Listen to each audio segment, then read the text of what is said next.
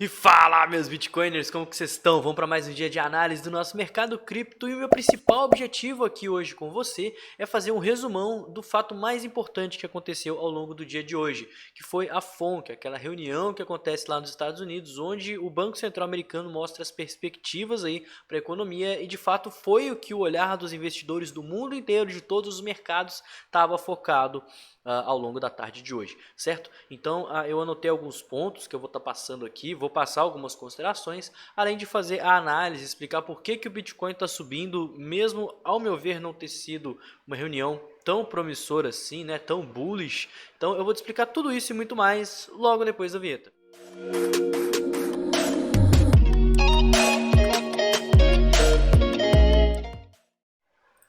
Bom pessoal, eu estou com o site aberto aqui que já está fazendo a contagem regressiva para a próxima reunião que vai acontecer daqui a 55 dias e a gente já está tendo uma possível precificação do próximo aumento da taxa de juros, que é se manter no nível que está agora. Hoje teve um aumento em 25 pontos base na taxa de juros, o que já era esperado por mais de 98% dos investidores. Então, de fato, a grande decisão que causou um impacto no mercado foi o que foi dito na reunião após esse aumento da taxa de juros. Como até agora não tem nenhuma notícia, eu acompanhei a reunião ao vivo e anotei alguns pontos aqui importantes para estar passando com você e depois fazendo uma análise para ver o que o mercado pode vir a pensar disso tudo, certo? Então a primeira coisa que o Powell, o presidente do Banco Central, bateu na tecla foi sobre a taxa de desemprego continuar muito baixa e a inflação continuar alta. Mesmo a gente vendo melhoria nos indicadores com relação aos últimos meses, a gente ainda continua tendo a inflação bem alta e bem acima do previsto, tanto que a gente tinha uma meta de chegar à inflação a 2% nesse ano ainda, e segundo o Powell, ele não vê essa meta sendo atingida até 2025 pelo menos, ou seja, a inflação, mesmo estando apresentando melhoras, ela está num ritmo muito mais acelerado do que se era esperado. E consequentemente, o Fed ele vai continuar dependente de dados econômicos nas próximas decisões, que é basicamente o que ele olha: mercado de trabalho e inflação. Certo? Então dados de inflação podem sim estar mostrando, alterando esse termômetrozinho aqui dos investidores.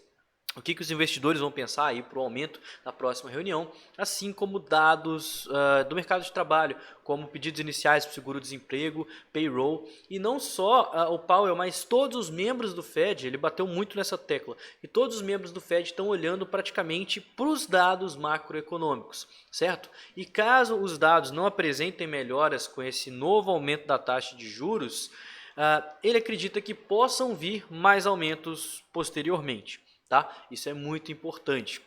Ele disse que também não vai ter cortes na taxa de juros, ou seja, não vai ter aquela diminuição, ou vai manter do jeito que está, entre 500 e 525 basis points, ou então vai ter algum aumento. Ele ainda acredita no soft landing, que é aquela redução gradual sem que a economia sinta de uma forma muito drástica, certo?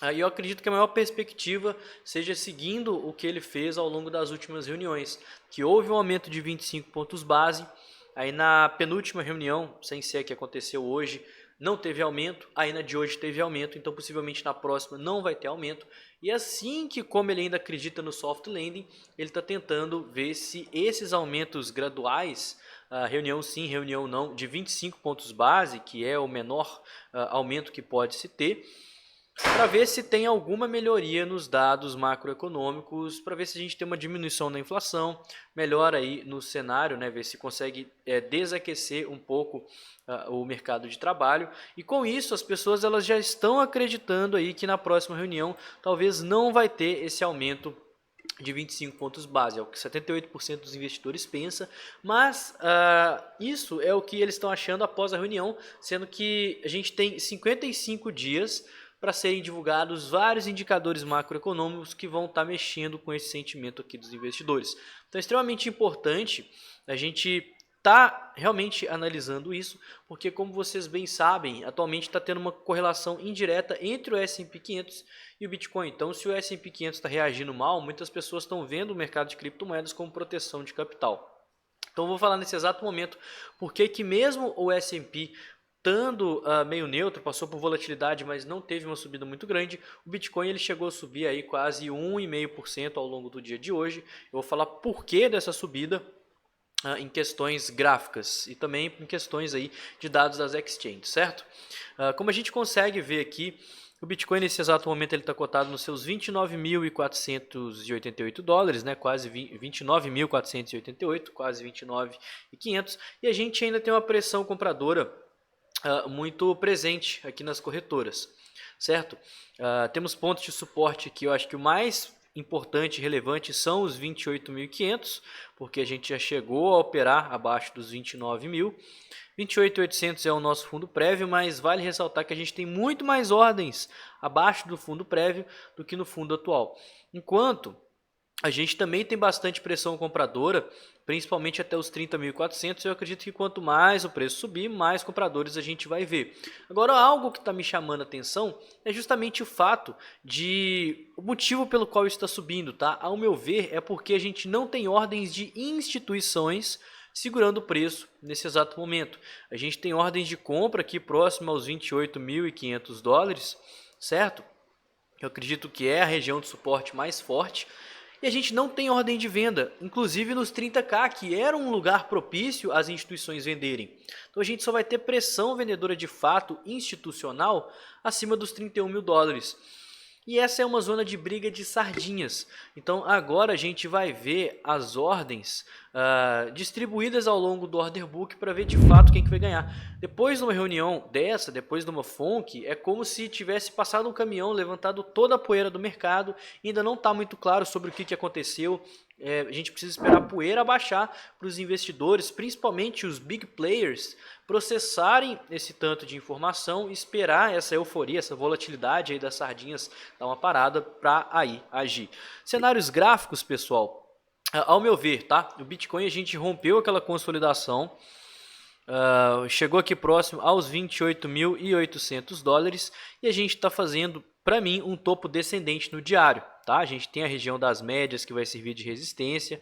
Daqui a 2 horas e meia o gráfico vai fechar. Então, se a gente fechar abaixo da região das médias, a gente não teve força na barra de hoje, que foi um dia bem volátil para conseguir voltar para cima dos 30k. Então, seria uma rejeição, ao meu ver, do mercado.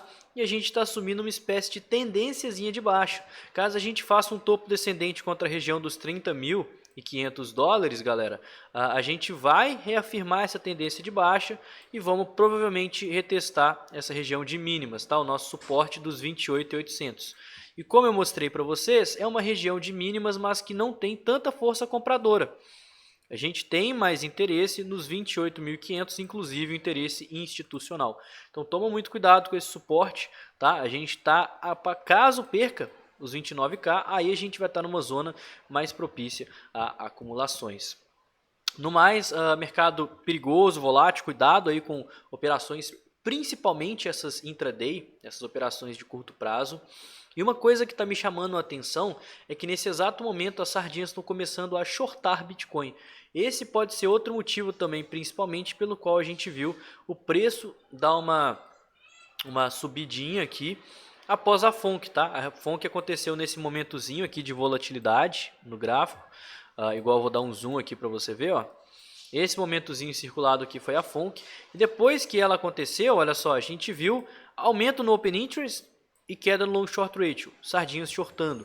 Então, se as sardinhas continuarem shortando, como a gente não tem pressão institucional para segurar o preço até os 31 mil dólares, a gente pode ver sim uma leve subida, mas a gente precisa tomar cuidado, porque tudo indica que o Bitcoin até agora não está demonstrando força para estar subindo, certo? E possivelmente está assumindo essa tendência de baixa aqui no gráfico diário, que é o que a gente precisa ficar de olho. Então, considerações finais, tá? Eu acho que o mercado todo, após esse rompimento da consolidação e também após essas falas, de certa forma, bearish, não tão promissoras do Powell, porque a gente teve dados macroeconômicos que foram muito bem aceitos pelo mercado, porém ainda assim não foram bons o suficiente para o Banco Central americano.